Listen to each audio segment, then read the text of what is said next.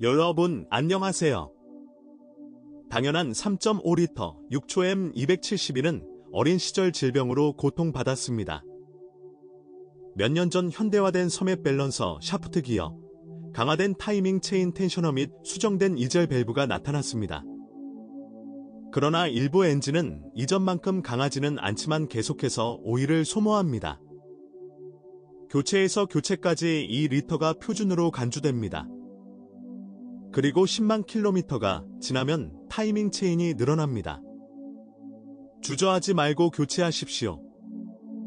엔진의 출력이 3배로 떨어지기 시작하고 시동이 어려워지면 즉시 서비스를 받으십시오.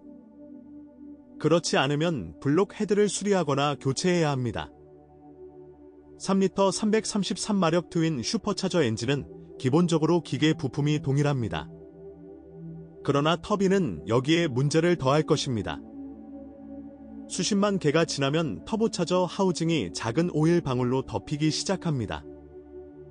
원칙적으로는 아직 3만 km 정도 주행할 수 있지만 땀 흘리는 슈퍼차저는 여전히 교체해야 한다.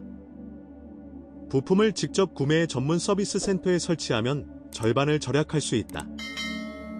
터빈을 오래 사용하려면 액상 합성유를 사용해 최소 10,000 킬로미터 이상 교체해야 하며 부하가 심한 경우 엔진을 공회 전시키거나 터보 타이머를 설치해야 합니다. 새 모델 부품은 특수 설치 시 정기적인 청소가 필요하지만 두 엔진 모두 문제가 있는 분사 노즐을 이미 제거했습니다. 그리고 엔진과 에어컨 라디에이터가 세척되고 있습니다. 사실 이러한 6개는 열부하가 높은 것이 특징이므로 어떤 조건에서도 효율적으로 작동하려면 냉각 시스템이 필요합니다. 디젤은 또한 균형 잡힌 열 체제를 좋아합니다. 그러나 열 전달은 매우 낮습니다. 내부의 정상적인 난방에도 충분하지 않습니다. 독일인들은 자율 히터를 설치했습니다. 이제 시동 후 몇 분 안에 내부가 예열됩니다. 디젤 엔진의 신뢰성은 괜찮습니다. 2리터는 사실상 문제가 없는 것으로 간주됩니다. 부착 벨트의 상태를 모니터링하고 시간이 지남에 따라 방리되는 크랭크축 댐퍼를 주기적으로 점검하십시오. 3리터 6초온 약한 흡기 매니폴드 플랩으로 인해 어려움을 겪었습니다. 이제 이 문제가 해결되었습니다. 3만에서 5만 킬로미터마다 청소하는 것은 불필요하지 않습니다. 두 디젤 엔진 모두 고품질 연료와 기타 특수 유체를 채워야 하며 오일과 필터는 적시에 교체해야 합니다. 수십만 후에는 에어 플러그를 업데이트해야 하고 15만에서 20만 킬로미터에 가까운 분사 노즐과 고압 연료 펌프를 업데이트해야 합니다. 정비사는 동시에 연료 탱크를 세척할 것을 권장합니다.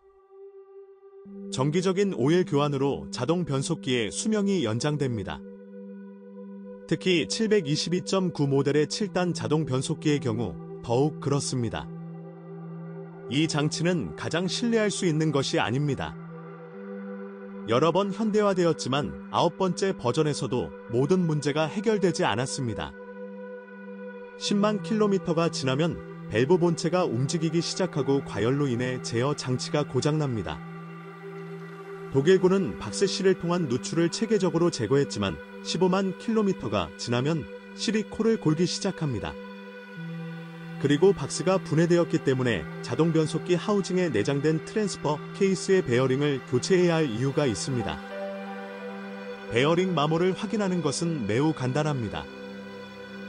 모서리에서 진동이 느껴지고 부하가 걸린 엔진에 고르지 않은 굉음이 느껴지면 즉시 서비스를 요청하십시오.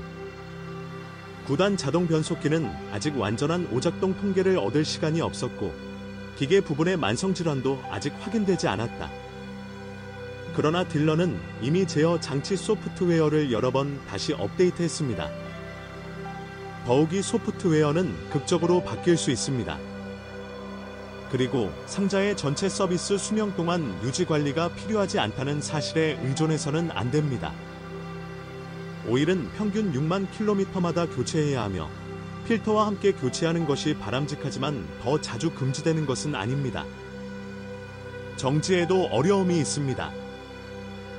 시대에는 알루미늄 합금으로 만든 레버가 있는 스프링과 조정 가능한 공합식의 두 가지 유형이 있습니다. 적응형 충격 흡수 장치와 안트롤바, 새로운 메카트로닉스 제어 장치인 다이내믹 셀렉트도 옵션으로 제공되었습니다. 표준 3시가 장착된 차량에서는 스테빌라이저 스트럭과 레버의 무온 블록이 이미 교체되었습니다. 충격 흡수 장치는 일반적으로 7만에서 10만 킬로미터를 견딜 수 있지만 때로는 1만 킬로미터에서 누출되기 시작합니다. 분명히 그들은 결함이 있는 것을 발견합니다. 휠 베어링은 최대 수십만큼 이상 이동할 수 있지만 종종 이 기간에 도달하지 못합니다. 일반적으로 주기적으로 윤활유를 바르는 것으로 충분합니다. 나머지 소모품은 쉽게 10만 킬로미터 이상 지속될 수 있습니다. 공합은 놀라울 정도로 오래 지속됩니다. 수명을 연장하려면 매 서비스마다 에어 실린더를 청소하고 헹구는 것이 필요합니다. 그러면 에어매틱은 최대 18만 킬로미터까지 지속될 수 있습니다. 사실 공합식이 작동하지 않는 낡은 모델을 사용한다면 수리 비용이 꽤 많이 들 것입니다. 따라서 중고 머세이디즈를 선택할 때는 주요 장치와 시스템에 대한 진단이 필요합니다. 액티브 스티어링 렉은 당연히 보증 교체의 챔피언으로 간주됩니다. 일부 주요 소유자는 공무원으로부터 3에서 5회 무료로 업데이트했습니다. 그러나 보증 기간 이후에 장치에 문제가 발생하면 새 장치를 구입하고 설치하기 위해 6자리 숫자의 금액을 지불해야 합니다. 그러나 GLE의 강력한 조직은 오랫동안 물질적 투자를 요구하지 않을 것입니다. 금속은 내구성이 매우 뛰어나며 도장면은 부식에 매우 강합니다.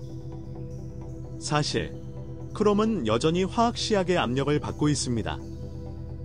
일부 소유자는 경첩이 두드리는 것에 대해 불평합니다. 무거운 무는 경첩을 아주 빨리 느슨하게 만듭니다. 생후 3년이 되면 아뷰리를 사용할 수 없게 됩니다. 와이퍼에 의해 긁혀서 긁히게 됩니다. 하지만 새로운 GLE의 전자장치는 이상합니다. 멀티미디어 시스템, 온도 조절 장치, 에어 댐퍼 서브 및 스티어링 휠 버튼에 결함이 있습니다. 외부 광학 전구 및 실내 조명 램프가 주기적으로 꺼집니다. 예를 들어 후미 우측 등은 산화된 전자판으로 인해 트렁크 도어를 더 세게 눌렀을 때만 켜지는 경우가 있습니다. 그러나 다른 정기적 결함은 일반적으로 엔진을 다시 시작하거나 차량의 전원을 일시적으로 차단하여 처리할 수 있습니다. 보시다시피 일반적으로 중고 GLE 구매에 대한 심각한 논쟁은 없습니다. 엔진은 일반적으로 안정적이며 3리터 터보 디젤이 특히 좋습니다. 그 외에도 최신 자동 변속기가 제공되므로 향후 문제가 발생하지 않기를 바랍니다. 그러한 모델이 있거나 있었다면 댓글에서 무엇이 어떻게 깨지는지에 대한 정보를 공유하세요.